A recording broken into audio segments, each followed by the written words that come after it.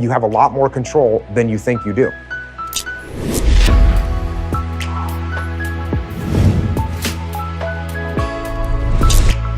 So here we are on the Sunday special with Jocko Willink, who's the host of the Jocko podcast and the author of this fine book, The Dichotomy of Leadership, which is soon to be on the New York Times bestseller list. I'm sure we'll get to everything involving leadership and the military and all that kind of good stuff. But first, let's talk about your job recruitment. So there are job sites that send you tons of the wrong resumes to sort through, and that is not smart. But you know what is smart? Going to ZipRecruiter.com/Ben Guest to hire the right person. ZipRecruiter doesn't depend on candidates finding you. It finds them for you. They have powerful matching technology, scanning thousands of resumes, identifying people with the right skills, education, and experience for your job, and actively inviting them to apply to get qualified candidates fast. And that's why ZipRecruiter is rated #1 by employers in the United States. That rating comes from hiring sites on Trustpilot with over 1,000 reviews. Right now, my listeners can try ZipRecruiter for free at this exclusive web address, ZipRecruiter.com/Ben Guest, because I have a guest. That's ZipRecruiter.com/Ben Guest, ZipRecruiter.com/Ben Guest. And obviously, look, when we have to hire here, when we have to get rid of some of our producers for just falling asleep on the job and being terrible at their jobs, they all know they're on notice. ZipRecruiter.com/Ben Guest is the way that we actually replace them. So sorry for the notice, guys, but that's how it works. ZipRecruiter, the smartest way to hire, ZipRecruiter.com/Ben Guest. But Jocko, thanks so much for stopping by. I really appreciate it. Thanks for having me on. Appreciate it too. For folks who don't know what you do, you are a leadership guru. You're a leadership guru in the area of business and in the area of just general leadership. And all that started with your military background. So can you kind of get me the story from how you went from a kid to a guy who's speaking for large sums of money before leadership groups? Well, first of all, guru is a strong word. So let's put that one in check right out of the gate. I was raised in a small New England town, grew up on a dirt road. Both my parents were school teachers, and I was a pretty rebellious young kid. And one of the rebellious things that caught my eye pretty early on was joining the military, because where I was from, not too many people join the military. And then when you're going to go and join the military because you want to rebel, you might as well just go and do something even more extreme than just joining the military. And I figured out what the SEAL teams were when I was a young kid. And I like I said, I always wanted to be some kind of commando. And so when I got out of high school, I enlisted in the Navy. I ended up at SEAL Team 1. Went through the SEAL Team training and then ended up at SEAL Team 1. And that was before the first Gulf War. I actually missed the first Gulf War because I was going through the SEAL training and got to a SEAL team. And once I was there, I did what SEALs do, which is train all the time. Eventually got picked up for a leadership program, became a SEAL officer, and then did deployments until September 11th. Once September 11th came, then I started doing the wartime deployments. I've deployed twice to Iraq. Once as a SEAL platoon commander, once as what's called a SEAL task unit commander, which means there's 2 SEAL platoons working together, and I was in charge of both of them. And when I got done with that deployment, that was a very arduous deployment. We were in the Battle of Ramadi in 2006. It was very hard fighting. The Marines and soldiers that we worked alongside took heavy losses, but did an incredible job. We took casualties in our task unit. It was very hard fighting. And when I came home from that deployment, I got asked basically, well, okay, Jocko, what do you want to do now? And I ended up taking over the training for the West Coast SEAL teams. And this isn't the training where you see people on TV going through SEAL training where you carry the boats around or you do a bunch of push-ups. This isn't that training. That's our basic training. The training that I ran was the training where you learn to shoot, move, and communicate as a SEAL platoon, and where we actually taught combat leadership. And so I took over that training. I ran that for the last few years. And when I was getting ready to retire, a guy that I knew was a friend of mine. He was the CEO of a company. And he said, hey, can you come and talk to my executives, about combat leadership? And I said, sure, I'll do it. He's a friend of mine. So I went and did it. And I don't know what he thought I was going to talk about. But when I got done, he came up to me and said, I want you to do this for every division that I have in my company. And I said, well, I'm retiring and I don't know. And he said, I'll give you money. and I said, how much? And we worked it out. And I ended up talking to every division that he had in his company. And at one of those divisional meetings, the CEO of the parent company was there. And when I got done, briefing about leadership, that CEO came up to me and said, hey, I want you to talk to the CEOs of all my companies. And, he owned 45 or 50 companies. And from there, I went and talked to those CEOs. And the next thing you know, I had a I had a new job, and I didn't get to retire like I had planned. And as I was doing that, I needed some backup. And one of the guys that worked for me in the Battle of Ramadi, a guy by the name of Leif Babin, he was one of the platoon commanders underneath me in those 2 SEAL platoons. And he was getting out of the Navy. And I talked to him and said, hey, man, I need some backup over here. And so we joined forces and we formed this company, Echelon Front, and that's what we do, leadership consulting. And along the way, as we would talk to these companies, we'd get done talking and they'd say, oh, do you have this stuff written down anywhere? Do you have any pamphlets you can give us so the guys that missed the meeting can see what you talked about? And so eventually we looked at each other and said, okay, we need to write this stuff down in a more formal way. We did that. That became a manuscript. That manuscript became a book. And that book was the first book we released. It was called Extreme Ownership. And it ended up, I kind of thought I'd be giving it away at the back of I'd speak to people and give it away in the back. And it ended up doing really well and getting a lot of traction. And just, it's been well read. So how much of your leadership do you think is just natural to you? Because you're talking about what I'm hearing is obviously a guy who has tremendous initiative from a very young age. I mean, to even be from a place where nobody goes into the military and just join the military takes a lot of chutzpah, as my folks would say. So do you think that it really is that leadership is born or is it bred? Yeah, I get asked this question all the time. And so it's both. It's absolutely both. And you as a human being are going to get certain characteristics that are going to make you a good leader, and you're going to lack some characteristics that would make you a good leader if you had them. You don't get 10s across the board. It's like the little video games you see kids play where you get a 9 in strength and a 7 in intellect and an 8 in dexterity. And you get those too as a leader. And you don't get all 10s. So some leadership characteristics that make you a good leader, for instance, obviously it's good to be articulate. If you can express your message clearly to people, that's going to help you from a leadership perspective. If you have some natural charisma, that's going to help you from a leadership perspective. If you can look at complex problems and you can simplify them, that's going to be helpful as a leader because that's what you're doing. So if you're persuasive, there's all kinds of things that will help you as a leader, and you're not going to be good at all of them. And so as a leader, if you look at the ones that you're weak at, you can improve them. That's what's beneficial. So you can't take someone that's just a horrible leader and make them into an amazing leader, but you can take someone that's a decent leader and you can make them into a very good or even an exceptional leader because you can definitely get more articulate. You can definitely get more comfortable speaking to people. You can definitely get more precise at taking very complex problems and simplifying them so that your team can understand what it is that needs to get done. So these are all things that you can improve upon. And I always have to close this out by saying that there are some people that cannot become better leaders. And the people that cannot become better leaders are the people that can't put their ego in check. They lack humility.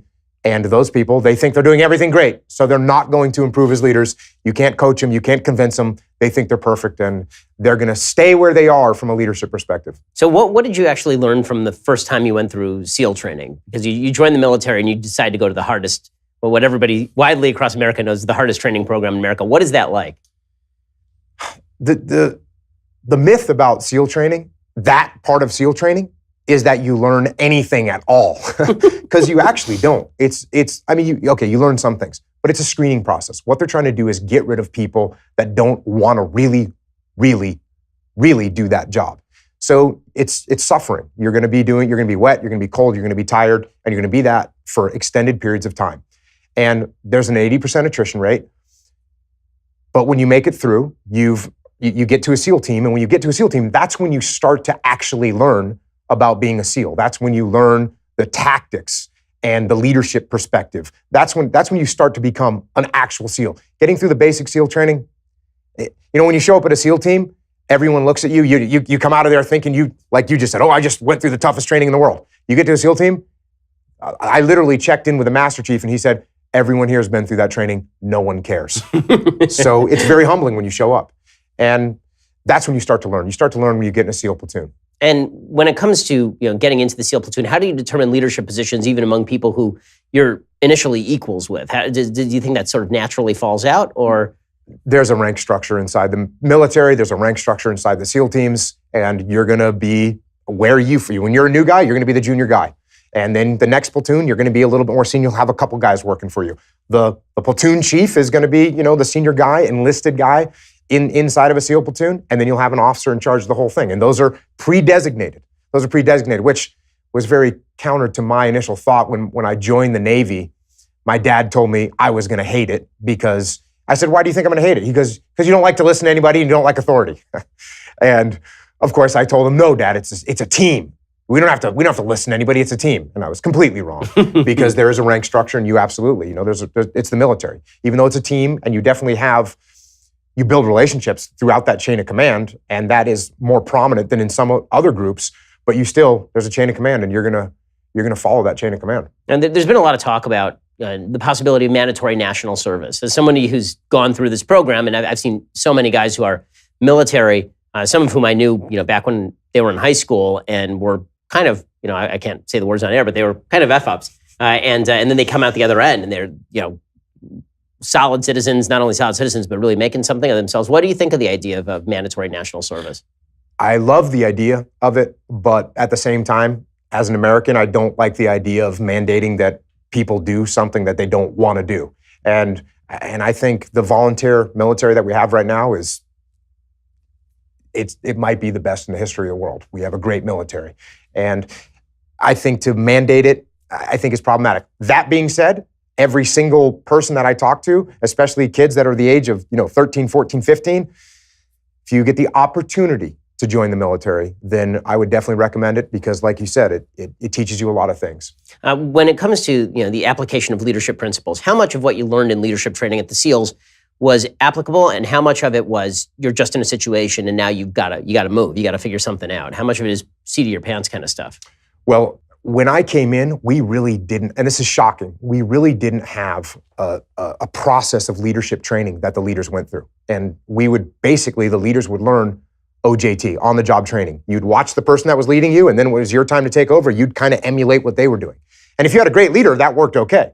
If you had a bad leader, that was a real problem. And so when I came back from that deployment to Ramadi, that's one of the things I focused on, is I realized that we really needed to implement leadership training for the guys, because you're on the battlefield. Leadership is the most important thing on the battlefield. And if you don't know what you're doing, you're going to get people killed without question. And what would can you give me a couple of stories to sort of demonstrate that point? I mean, what's a high point of leadership that you've seen on the battlefield as opposed to a low point that you've seen in terms of leadership? Well, one thing that's important to clarify here is when I talk about leadership, I'm not just talking about me because I was in charge of the task unit, or the platoon commander because he was in charge of the platoon, or even the people above me. I'm talking about every level of leadership, every person taking ownership of their piece of the mission and executing with authority and executing with real passion about what they're doing. And so you got to have leadership at every level. And when you don't have that, it's very problematic. So what was great for me when I came back and I took over the training for the West Coast SEAL teams, I got to see, we put on the most realistic combat training, extremely stressful, very realistic. And I would get to see a platoon go through this training. And then the next night, it'd be another platoon going through the same scenarios. And then the next night, it'd be another platoon going through the same scenarios. So it was basically the most incredible leadership laboratory. It might be the most incredible leadership laboratory that's ever existed. It was that awesome to be able to put these platoons through this iterative training. And that was where it became very clear that leadership, if you had a good leader in a SEAL platoon, that SEAL platoon would do a good job. And by the way, that leader didn't need to be the senior guy. It could have been a guy that was 2 or 3 rungs down, but when things started happening, he would step up and take command and make things happen. And as long as the other leaders, maybe that were senior to them, had the wherewithal to say, you know what, this guy seems to have a grip on the situation, I'm going to let him run with it, then it'd be okay. Occasionally, you'd get an egotistical leader that would feel like, oh, you're stepping on my toes, and they'd try and put him down, and that would be problematic.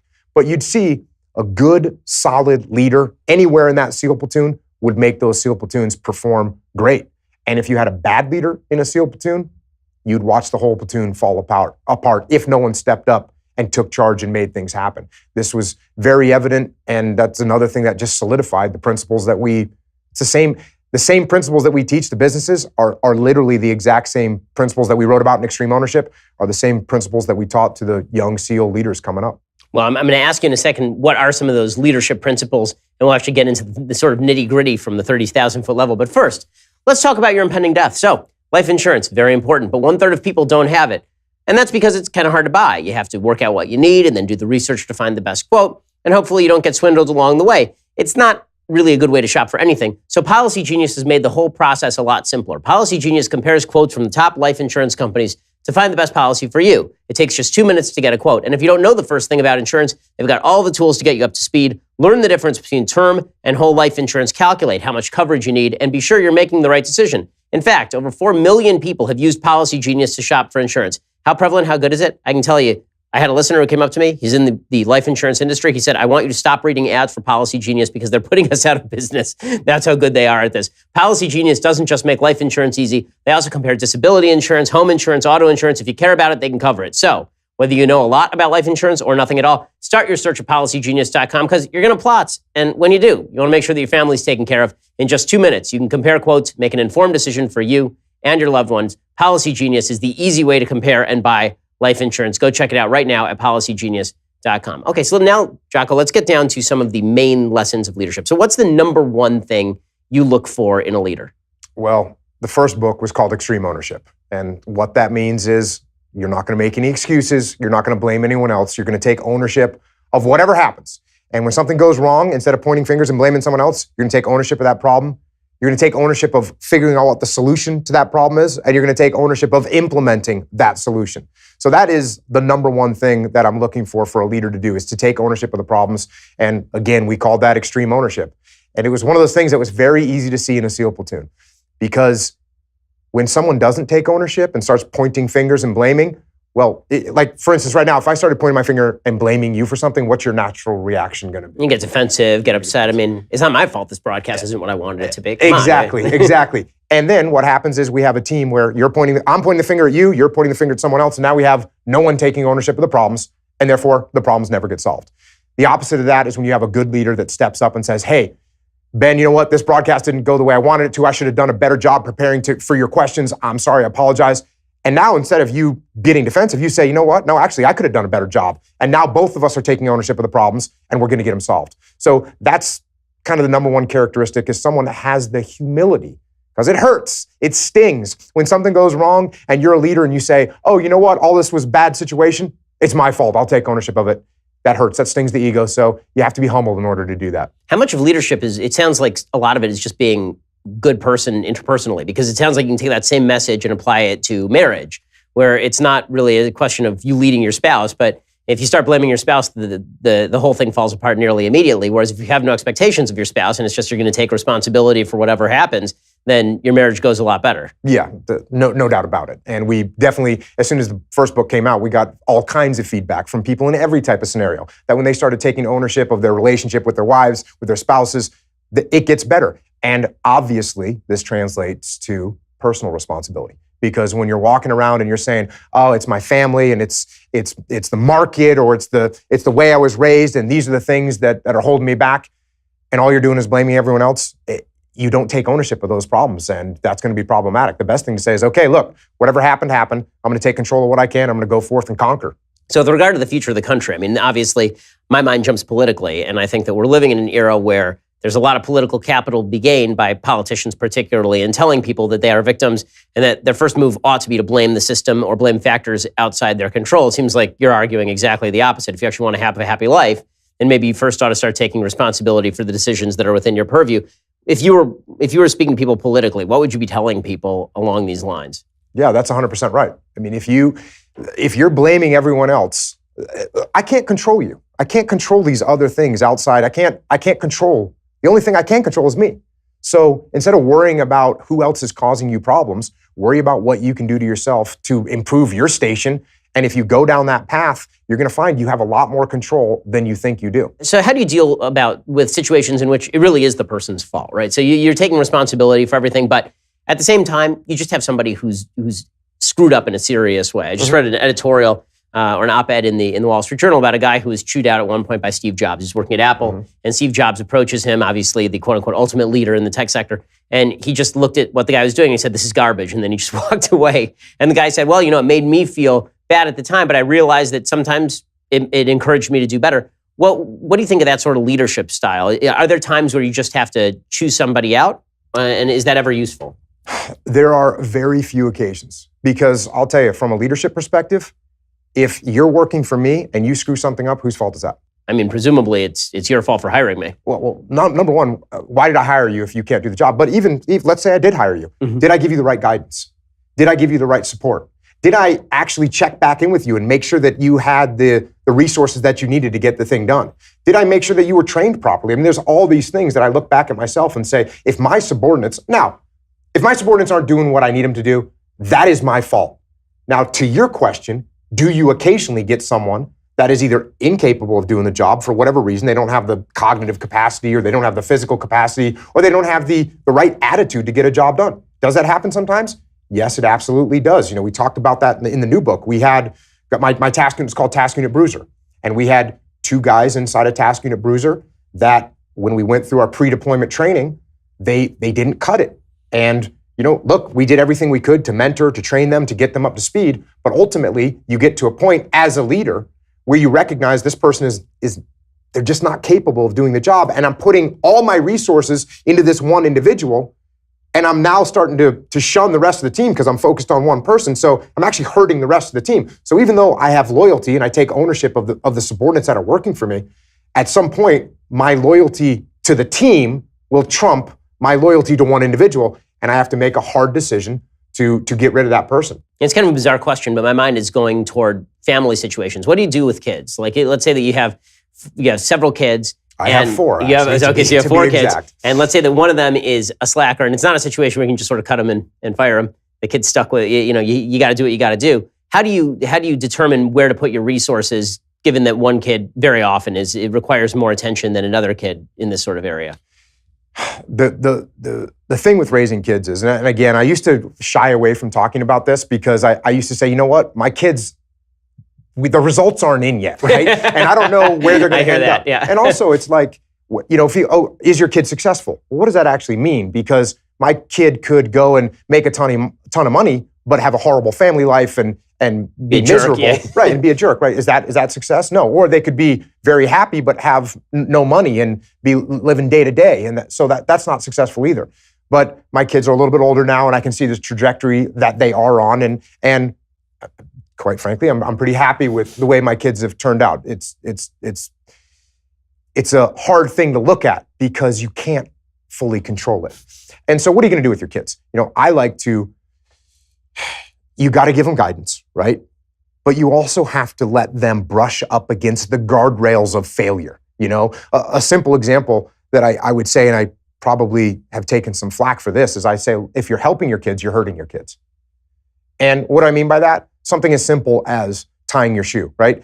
If you help your kid when they're whatever age, 2 years old, 3 years old, if you help them tie their shoe, you're actually taking away an opportunity for them to develop their fine motor skills. That's really happening at that moment. So if you do that, if you cook them every meal, if you don't let them, get their cereal bowl out, and guess what? They're going to spill milk sometimes, and they're going to knock over the cereal. And at the same time, they're developing skills that are going to help them fend for themselves in the world. So what you have to do is you have to let them brush up against the guardrails of failure from time to time. Now, where it becomes challenging as a parent, and thank God I haven't faced anything like this, sometimes your kids will take turns that will ruin their life, right? That will ruin their life. And, obviously, I'm not going to let one of my kids ruin their lives. That being said, if people take a really hard turn and do things that are completely against the parameters that you believe in, and you continue to support them, they're going to continue to take advantage of you. And so I've seen that happen with parents where kids go down the wrong direction.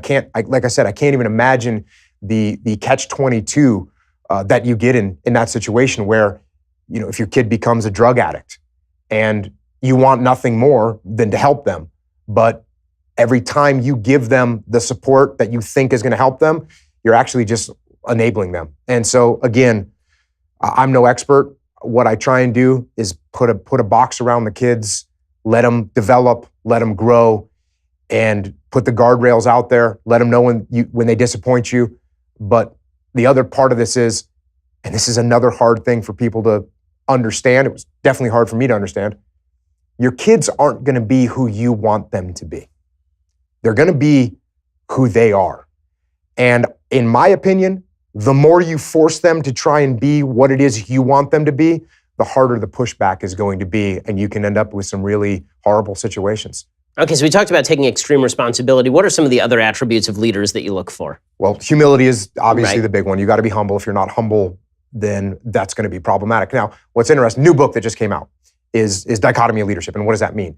That means that as a leader, you have to be balanced, right? You have to be balanced. So let's just take humility and ego, because we're looking for people that are humble. But at the same time, you can have someone that's so humble that they lack confidence. That's bad. On the other side of that spectrum, you can have someone that's so confident that they're overconfident, their ego's big, and they don't listen to anyone else. Where do you want to be? You want to be balanced, somewhere in the middle. I talked about the fact that you need to be articulate as a leader. That's great. Can you be a leader that talks so much that people stop listening to you? The other end of the spectrum is you are a leader that doesn't say enough, and now the team doesn't know what direction they're supposed to be going in. So where do you want to be? You want to be somewhere in the middle. You want to be balanced. And so what we've seen working with, after that book, Extreme Ownership, came out, we saw leaders, the biggest problem that leaders have, because the last chapter in Extreme Ownership is called The Dichotomy of Leadership. It's talking about these points.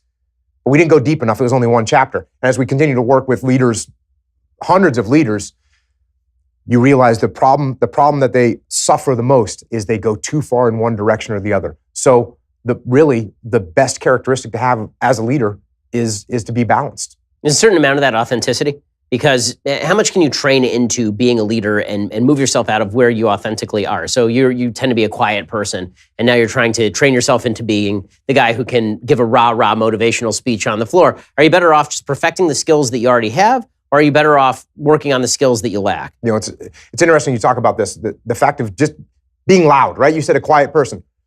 Being loud is a characteristic of a good leader. It absolutely is, and especially of being a combat leader. Because if you're in a combat situation and you need guys to move to that door over there and there's a machine gun fight going on, the only way you're going to do it is if you're loud enough to make that happen. You're loud enough to yell and let everyone know that. I had a guy coming through my training, really smart guy, Ivy League guy, very cerebral, quiet as a mouse. And I said to him, I said, listen, you're going to need to get loud. Like, your guys cannot hear you. You're going to need to learn to project your voice. He was, for all practical purposes, as far as I could tell, physically incapable of projecting his voice. And so as I was watching him go through these iterations, I kept saying to him, you've got to be louder. You've got to be louder. Your guys can't hear you. And I didn't think he was going to make it. And then one iteration that they're going through, I see him, he needs to get guys over to this door over here. And he grabs Billy, who is the biggest loudmouth in the platoon. And he goes, Billy, get everyone to that door over there. And Billy goes, Bill, everyone get to that door. And everyone moved. And I realized that he was smarter than me. What he figured out was he could complement an area of weakness that he had with his team. And so, yes, there's ways that you can increase your capabilities. And like I said, you can become more articulate. You can learn to simplify more. You can become more persuasive if you continue to try and talk to people. But maybe something like being loud, this guy just couldn't do it. But he was able to take his team and pull the strengths in his team together to become a better leader himself. And that's always something that a good leader will do. We hear it all the time. Surround yourself with good people. I would add to that, surround yourself with good people that complement the areas that you're weak. So how do you get a leader who's, let's say, an 80% leader to a 95% leader? Is this somebody who is just lacking motivation, or is it somebody who requires a skill set? Like, what you have a guy and you think he's good raw material. Are there actual exercises in which you can engage to become a better leader? Oh yeah, absolutely. I mean, in the SEAL teams, what we would do is we would run guys through these really complicated training scenarios that I'm talking about. In the business world, we do role playing with people. And I'll put you in a situation as a leader where I say, okay, I'm your worst nightmare employee. Or not even your worst nightmare. Hey, I'm that older guy that's been doing this for 25 years, and I don't want to change the way I'm doing anything. And you got to get me to change it. Let's go. Let's figure this out. And what you see is 2, 3, 4 iterations of having these hard conversations. People get better at them. That's one aspect of leadership that you can definitely get better at. We run through planning drills so people learn to simplify. We run through communication drills so people learn to simplify their message. There's all kinds of ways to go from that 80% leader to the 95, 100% leader. When it comes to, you've been in situations, obviously in warfare situations, how much of the textbook stuff is applicable? I mean, is it just you have to live through it and then a certain natural leadership capacity takes over? Or is it that you can game out all this stuff? I mean, is it possible to really game out crisis scenarios, or is it basically you do the best that you can and then you're just doing what you do? Here's the answer to that. Combat, and this is very counterintuitive to what people might think. Combat is an absolute exercise in creativity. And when you're in these situations, you have to have an open mind. You have to know the principles. You have to understand combat, but then you have to be able to take those principles and apply them modulate them and utilize them in ways that they may never have been utilized before so that you can get the outcome that you desire. It's a very creative, focused job, and people miss that a lot. And that's why the training that I ran, we really focused on forcing the leaders to get creative to solve problems. So let's talk a little about some of the leadership examples that we all have in common. So we have, the movies provide us tons of examples of what they see as good leaders. Who are some examples of leaders that you've seen in either everyday life or in politics? Some leaders that you see and you say, that's what a good leader looks like. Because we all have this sort of picture of a leader in our head that it's an Abraham Lincoln figure, tall person who kind of only speaks when necessary, or the leader that comes to mind for me is what's the name of the actor in Band of Brothers?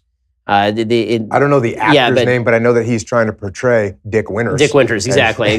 So that's the image that a lot of folks have from pop culture. Who would be your leaders that you look to and you say these are the ones who I see as sort of the heroic leaders? Yeah, I mean Dick Winters. That's a fantastic example. I've covered his books on my podcast because he's a leader that does every one of these little nuanced things. You can see him do it. And Band of Brothers is an amazing series that really shows the nuances of his leadership. So I think that's fantastic. One of the leaders that I always tried to emulate is a guy by the name of Colonel David Hackworth, who was one of the most decorated soldiers. He served in Korea and in Vietnam. And he wrote a book called About Face, which is about an 800-page book. And it's really not about leadership at all, overtly, but it's 100% about leadership as you read it and if you're looking for those lessons. But he was a guy that, again, he balanced all these dichotomies very effectively. He was completely revered by the people that worked for him. Most of the people that he worked for loved him and loved having him on their team. However, and this is part of the dichotomy, he's the guy he's one of the first senior leaders in Vietnam that said, look, if we don't change the way we're fighting this war, we are not going to win. And they drummed him out of the army in a matter of months after that. And to me, it was him speaking the truth as he saw it, which I have great respect for. So when you look at today's politics, obviously it's what I do for a living, and it feels extraordinarily chaotic. It feels like it's a war of all against all. It's sort of this Hobbesian state of nature. Do you see that as a lack of leadership, or is it that there are too many people who think they're leaders fighting with one another? I think it's a little bit of both. I think we're getting accustomed to this new world where you can get reactions on a minute-by-minute basis. And one of the best ways to get reactions from people is to make statements that are extreme.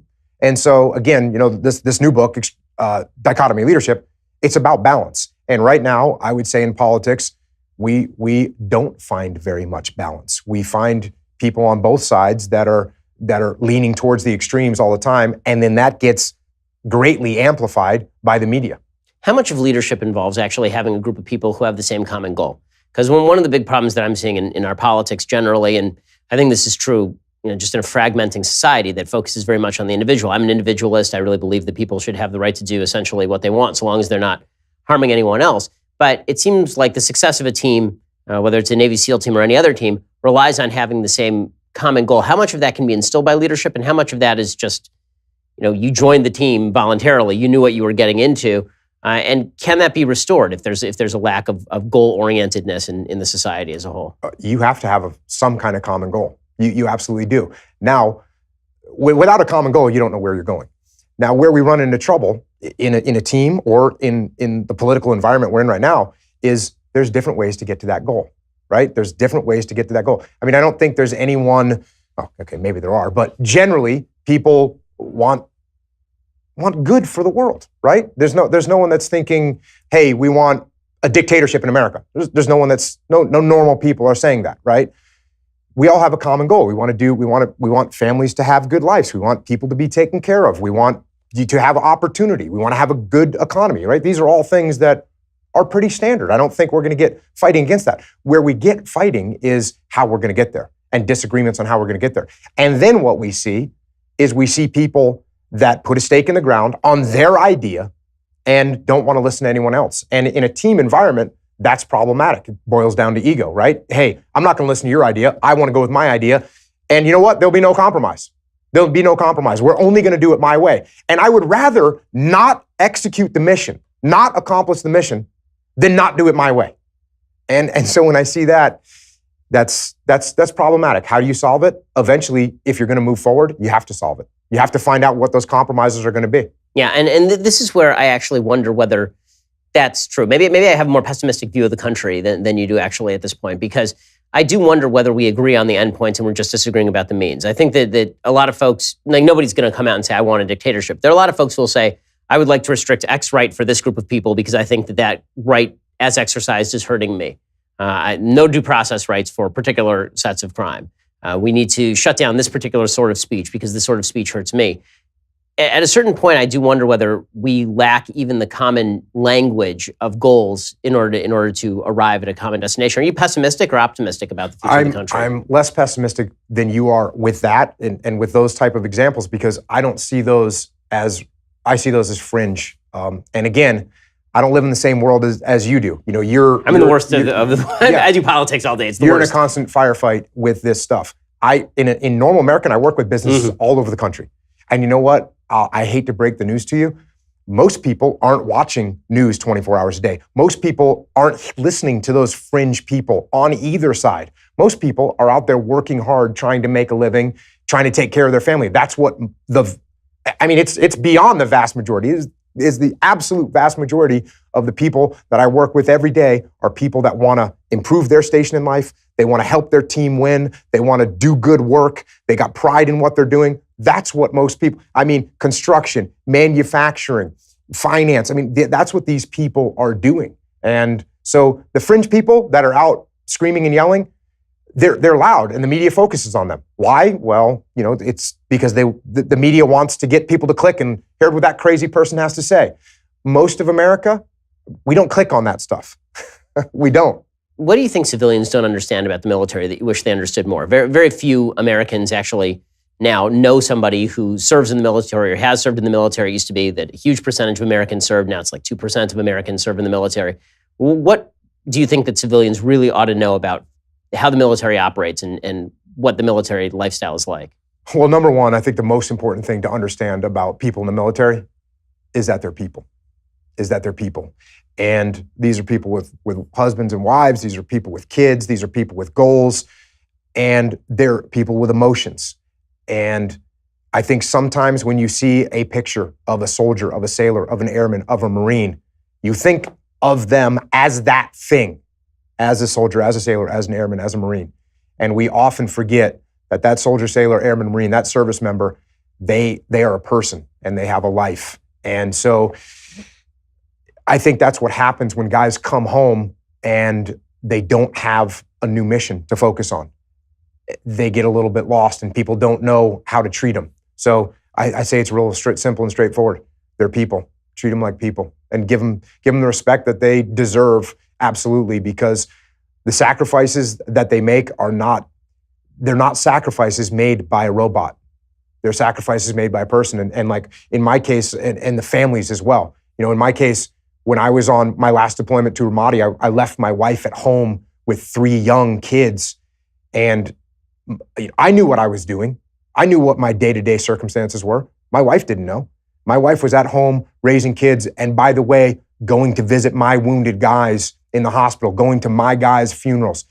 That is an incredible sacrifice on the home front as well. So I think it's important just to remember that these are people, both the service members and their families. That's pretty amazing. How did you meet your wife? I met my wife I was overseas and she was overseas, and we met in church. Pretty good place to meet. There was beer served at this particular church. Yeah, we met in a bar. She sounds like a pretty amazing person. So how did she deal with all of this, with you being overseas in the middle of a battle area? It was hard, and I think my wife is I think the key component of my wife that made her, we've been married for 20-something years. I always tell her it seems like forever, but we've been married for a long time through multiple deployments overseas. And I think for her, what makes her able to cope with this is that she's emotionally independent from me. She doesn't need my phone call every day to reassure her that everything's okay and that, I'm coming back or whatever. She's emotionally independent. And of course, she's independent and she could handle the broken water heater and the flat tire and the whatever other problems, the sick kids. She could handle all that stuff. So she's independent in that way, but she's emotionally independent as well and didn't rely on me every day to give her the boost. She's a confident, squared away woman. So it sounds like you're obviously anti-feminist. I mean, that's as a former member of the military, it seems obviously. I mean, that's what we all assume. That's the well, I have 3 daughters and 1 son, and my daughters are I wrote a couple books about kids books called Warrior Kid, Way of the Warrior Kid, and it's about kids. Instead of accepting weakness, it's about kids trying to become stronger, which to me seems like a pretty fundamental thought. But if you read a lot of kids books and you have kids, you probably see them. There's not a lot of kid books that actually tell kids that, hey, what you want to do is you want to work hard and you want to be stronger and you want to be the best that you can be. So I did that with my kids and I wrote these kids books for them. But yeah, my daughters are absolute warrior kids and now they're warrior adults. But so you bring a lot of lessons from the military to the civilian area. Have you learned anything in sort of the business area that you think would be applicable to the military? Well, what have you learned in civilian life that you think added to what you already knew from your service? The biggest and most shocking thing that I learned about the civilian sector was that leadership is leadership. And the same problems that a company with 1,000 employees would have are literally the same problems that a SEAL platoon with 16 guys would have. And learning that and beginning to understand, it didn't take me very long at all. As soon as I was sitting down with the first CEO I ever worked with, and he started telling me the problems they were having, and I just, inside, I was just chuckling, saying, you got to be kidding me. I've seen this over and over again with a SEAL platoon. Here's what the issue is. Let's address it this way. So that was the biggest lesson learned for me is leadership is leadership is leadership. So you're a pretty intense dude. You're the only person I've ever had on this podcast who probably speaks as quickly as I do. So have you always been like that, or is that something that's gotten you into trouble? How was this something that you cultivated, or you were always this intensive person? No, if you listen to my podcast, you'll find that I actually talk very slowly generally. But it depends. Sometimes you got to get your point across. And, I know your audience is probably pretty quick paced. They don't want to hear my slow talk. And again, on my podcast, I'm usually dealing with very heavy subjects. I talk about war and I talk about atrocities. And really it's a podcast about human nature through the lens of leadership. And so the subjects are heavy. Sometimes that warrants a little bit more nuance when I'm talking. But yeah, I guess if I'm talking as fast as you, that's a scary thought. So what do you think it is about human nature? So let's talk about that a little bit. What do you see human beings as? What is our fundamental nature? Because this is what all of politics is about. Yeah. Again, one of the most interesting things about human nature is that all human beings are completely different, and yet all human beings are kind of the same. And one thing that you find is that through war and through atrocities is you get to see human nature be revealed. And what I do with the podcast, from my perspective, the better you understand human nature, the better you can lead people, because you've got to understand where they're coming from. You got to understand how their ego is going to react to things. You got to understand, like you said earlier, when people get defensive, how do you get around that? You got to understand what people don't like to expose. You got to understand how they're going to interact with other people, how they're going to come across when you get aggressive or not aggressive enough. So the better you understand human nature, the better you're going to be able to lead. And one of the things, I was just at West Point, as a matter of fact, and I was talking to the soldiers to be up there. And one of the things I was talking about was the fact that I said, listen, you take a platoon, an Army, a Marine Corps infantry platoon, a SEAL platoon. Inside that platoon, you've got a person in there that's a sadist. They're in there.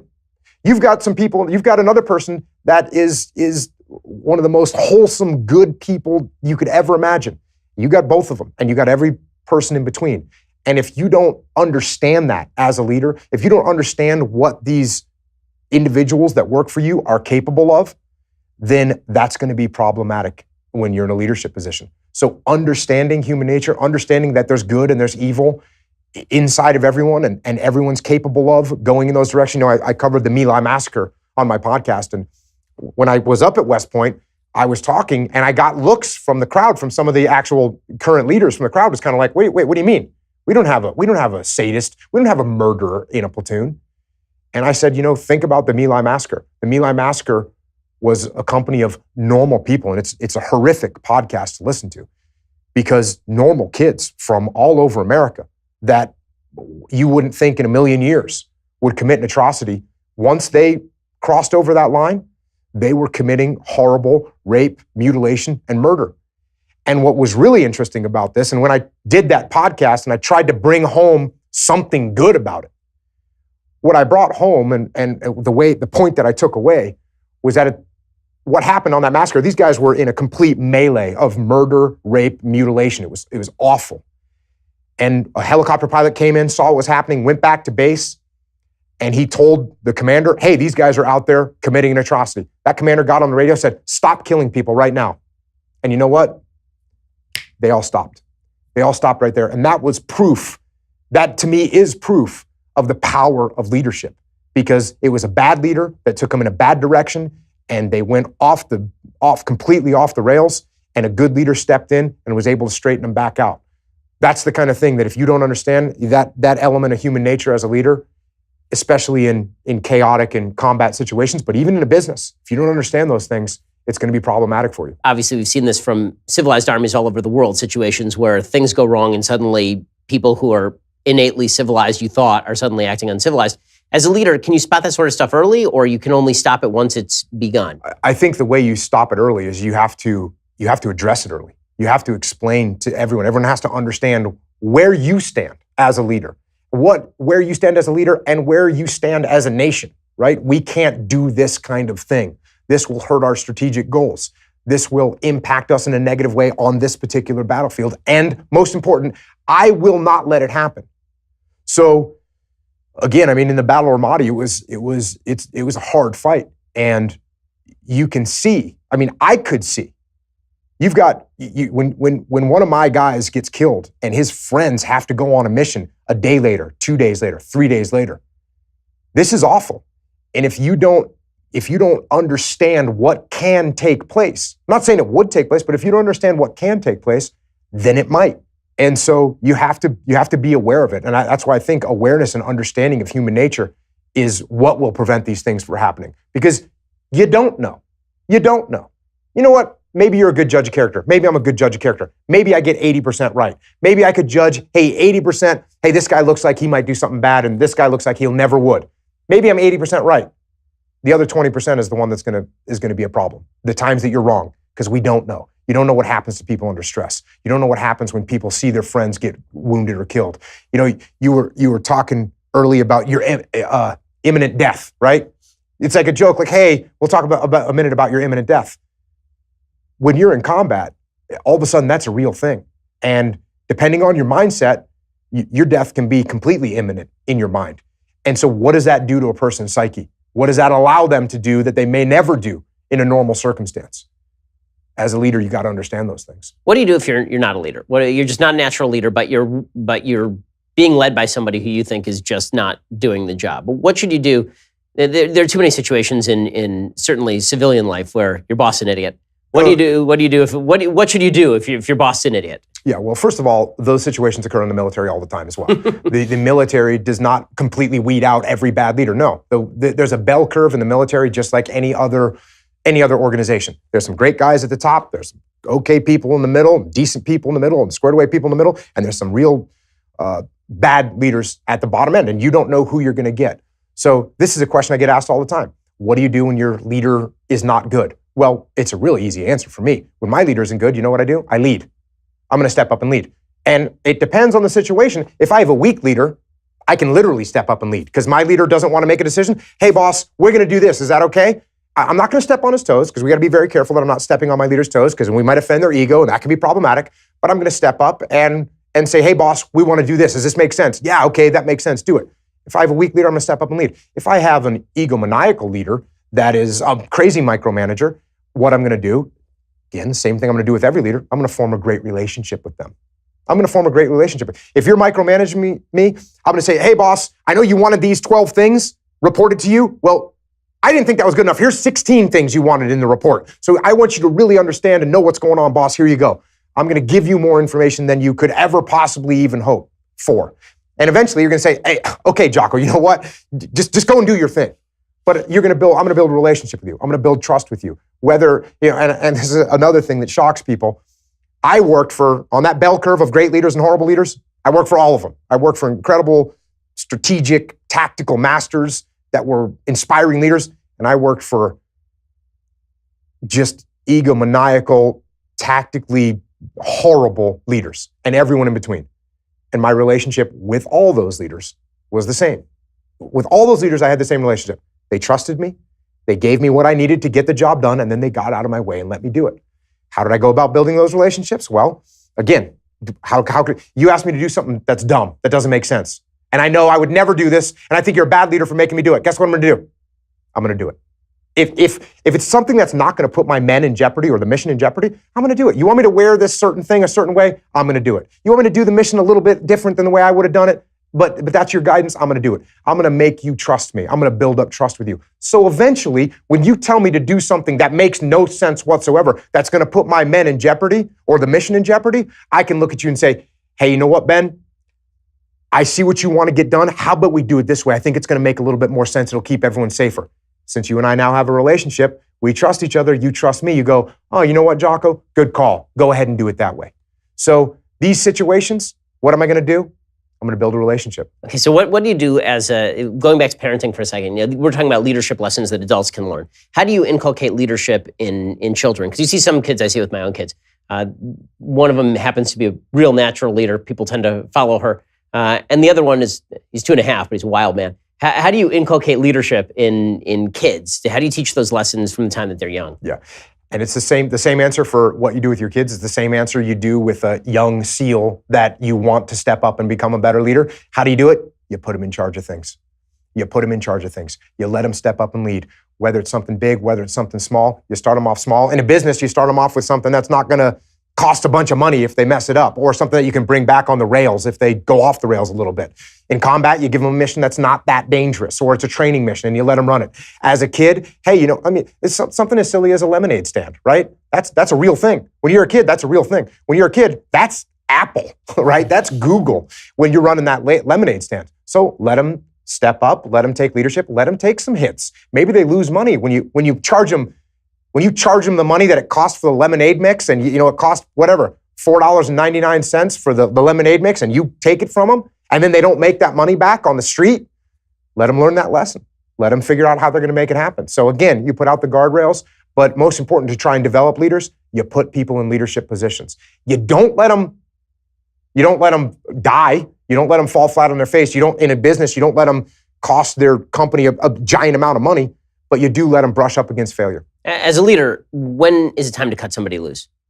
First of all, the reason people feel bad usually when they fire someone is because they know that they didn't do a good job as a leader. Mentoring, coaching, teaching, and then finally explaining to the person in no uncertain terms, here's what I expect from you, and here's what's going to happen if you don't do it. You're going to get fired.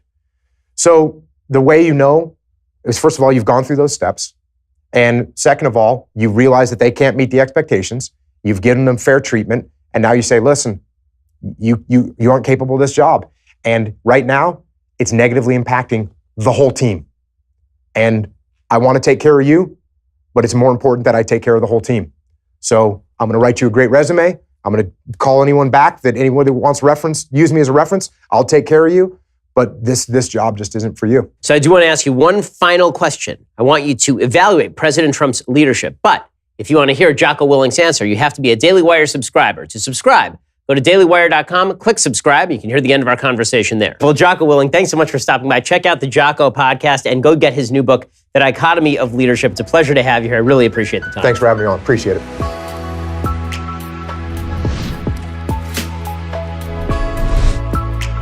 The Ben Shapiro Show's Sunday special was produced by Jonathan Hay, executive producer Jeremy Boring, associate producers Mathis Glover and Austin Stevens, edited by Alex Zingaro. Audio is mixed by Mike Coromina. Hair and makeup is by Jesua Olvera, and title graphics by Cynthia Angulo. The Ben Shapiro Show's Sunday special